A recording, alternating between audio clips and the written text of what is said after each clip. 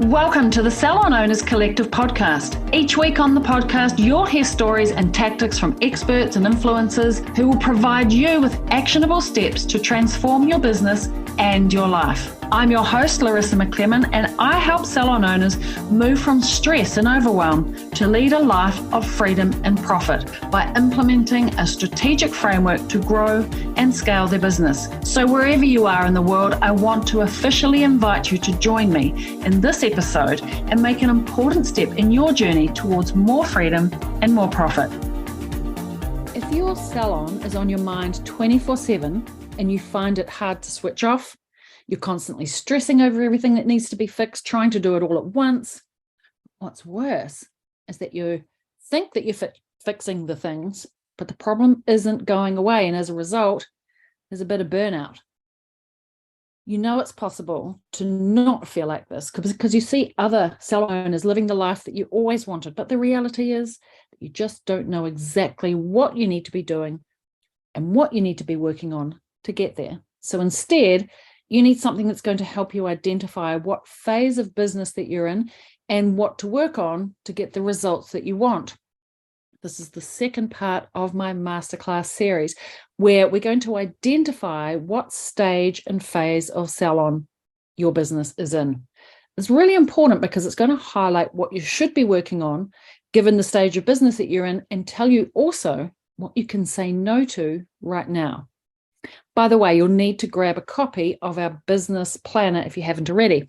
All you need to do is pause this episode. I'm going to wait for you and grab the link to the business plan worksheet. It's in the show notes of this episode. Then either print it out so you can complete it or fill it out online.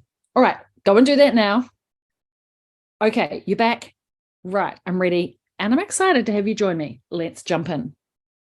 The goal to become a salon master, to have mastery over your business, salon mastery, the goal is to get everything into the green. So that is the goal. That's the purpose of my life, to get you into the green. The challenge, though, is that growth breaks things. And so when you grow, so let me take you like this. If you worked on all of the right things at the right time with the right plan and you got things into the green, growth is inevitable. You will have growth when your 9 parts of your plan are in the green. The challenge with growth is it breaks things. What worked when you were this small no longer works when you have a little bit of growth. It doesn't work anymore. Once you recruit, your team is bigger. Once your team is bigger, you have more clients. Once you have more clients, other things start to happen. You run out of chairs, or Jane decides to leave, or once you've got 10 team members who have 10 sick days each allocation a year, suddenly that's potential of 100 sick days. Well, that's one day every 3 days. Someone's going to be sick. That suddenly changes the dynamic and suddenly it becomes stressful. Systems and processes need to be put into place. And so I just want to give you confidence. If you're feeling pain and you're feeling in the red, possibly at some point you had growth. And so you're back into the pain again. And what happens to those 9 parts of the plan is what used to be green turns red. But now we have to step up with with some new strategies or something to lay upon the strategy that worked before. We need to lay something else on top. And so I want to talk now about the different stages and phases of business that you're going to experience as you grow, and just know that it's okay. Because if we can identify the stage and phase that we're in, then we'll know what order of things we need to work on first. It also gives us permission of what to say no to. And once we know what we're working on, once we're clear, I don't know about you, but if I see lots of reds, I feel overwhelmed. I feel a bit stressed. There's lots of fires to put out. And so we need a strategy of prioritization. Working on the wrong things at the wrong time means that we're spending a lot of time exhausting ourselves, working on things that actually aren't fixing the problems that we have now. So it's a little bit like building a hotel. I don't know about you, but I want my business to be like the penthouse. I want to build the penthouse, the nice experience with the nice things and everybody's having a nice time and the full service type of thing. That's my kind of business. But if we try to build the penthouse, the perfect salon, without actually having installed the things that are not even on the first level, on the ground level, like underground, like the laundry or the scullery or the kitchen, and we haven't put the right team members in place to be doing that, then we can't serve the penthouse. because there's no foundation in place to be able to serve properly. And so we're constantly getting into this 2 steps forwards, 2 steps back. So I want you to be aware of what stage and phase of business that you're in so you can prioritize. Otherwise, we get overwhelmed, right?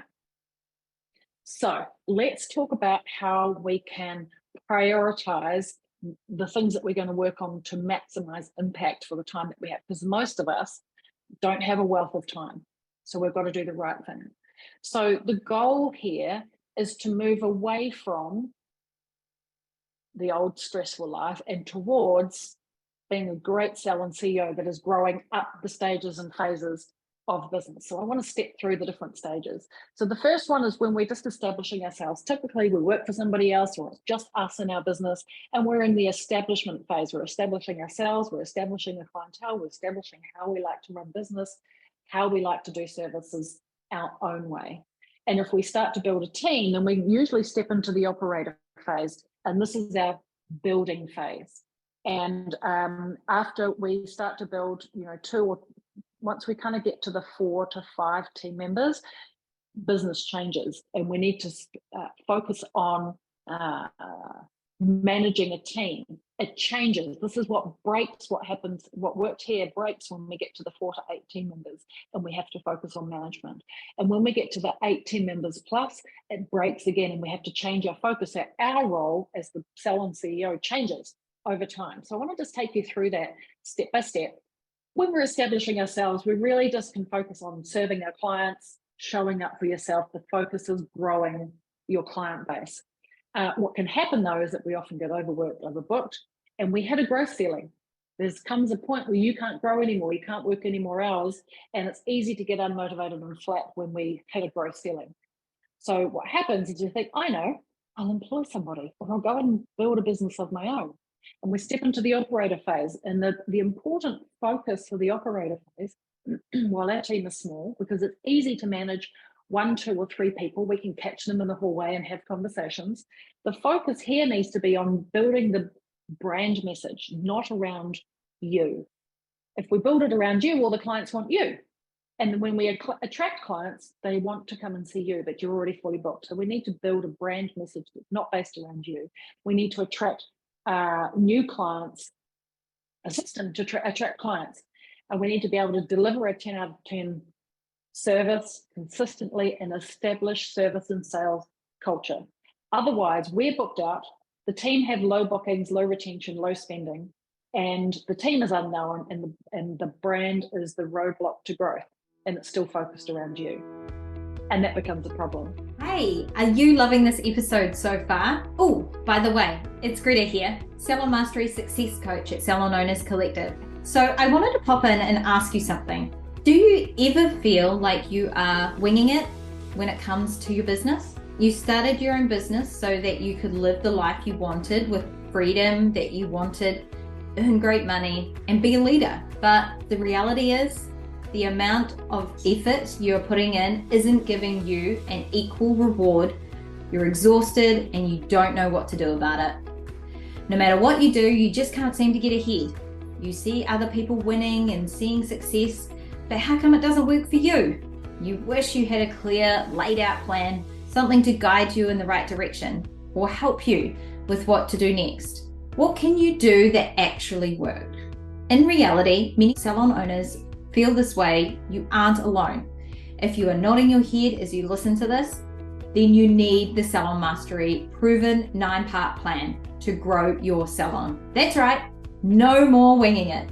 The Salon Mastery 9-part plan has given hundreds of salon owners a plan to grow, build a rockstar team, attract dream clients, and become a salon CEO. Our plan will work for you too.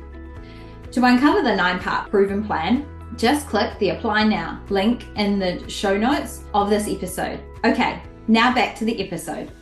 If we can change that and we can grow to the manager's phase, then the focus really becomes on growth for your team, not you. The business can't be about you anymore.